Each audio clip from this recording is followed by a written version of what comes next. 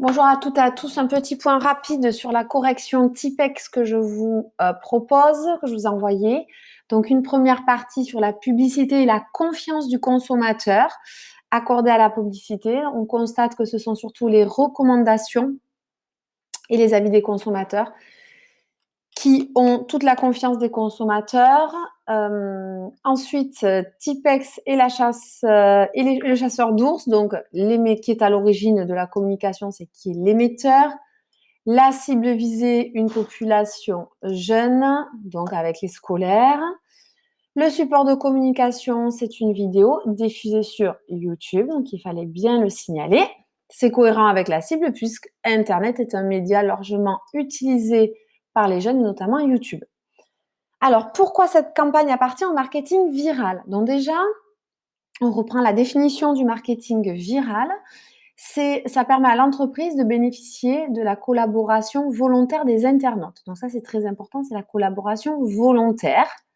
Ce sont les internautes qui volontairement vont partager le message à grande échelle, d'accord? Donc c'est le fait que ça va être partagé à grande échelle. Les internautes sont devenus des consommateurs, voilà. Alors les 3 étapes, ça c'est important, du marketing viral. Les 3 étapes, quelles sont-elles? On les voit ici. Ah, pardon, je vous l'ai mis en bas. Voilà, les 3 étapes. D'abord, il faut un agent viral. L'agent viral, ça va être la vidéo, par exemple, ou un jeu. Voilà. Ensuite, il va falloir le déposer sur une plateforme pour que ça puisse être partagé. Idéalement, une plateforme à forte audience. Donc, vous connaissez YouTube, Facebook, peut-être d'autres plateformes.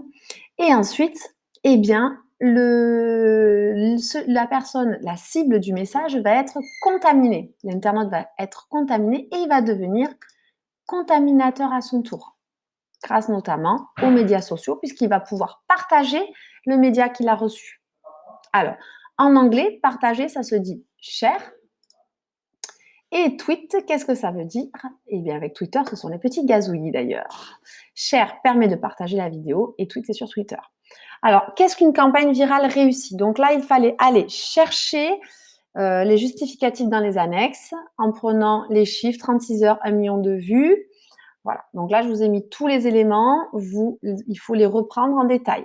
Les avantages du recours au marketing viral, bien forcément, ce sont les internautes qui partagent l'information. Donc, il y a une grande confiance entre internautes. C'est partagé via le bouton share ou les avis, les réseaux sociaux.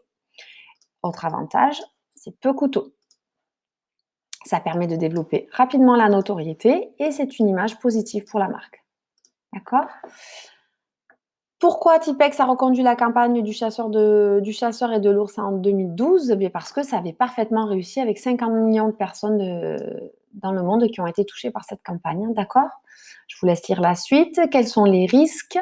Les risques pour la deuxième opération de marketing viral, ils sont faibles lorsque l'avis négatif paraît sur un site à faible audience, mais potentiellement, il y a des possibilités si un avis négatif apparaît, même si c'est sur un site de faible audience, qu'il y ait des pertes de chiffre d'affaires et une dégradation de l'image.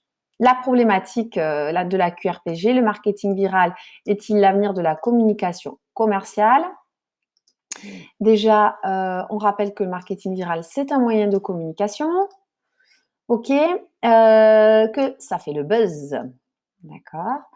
On rappelle les définitions du bouche à oreille, on rappelle le marketing viral et ensuite un plan en 2 parties. Le marketing viral représente des avantages pour la communication commerciale et le marketing viral, excusez-moi, représente des inconvénients pour la communication commerciale. Voilà, je vous laisse ensemble revoir les arguments. C'est ce qui a été dit ici. Ce sont des pistes de correction rapides. Je vous remercie pour votre écoute. Au revoir.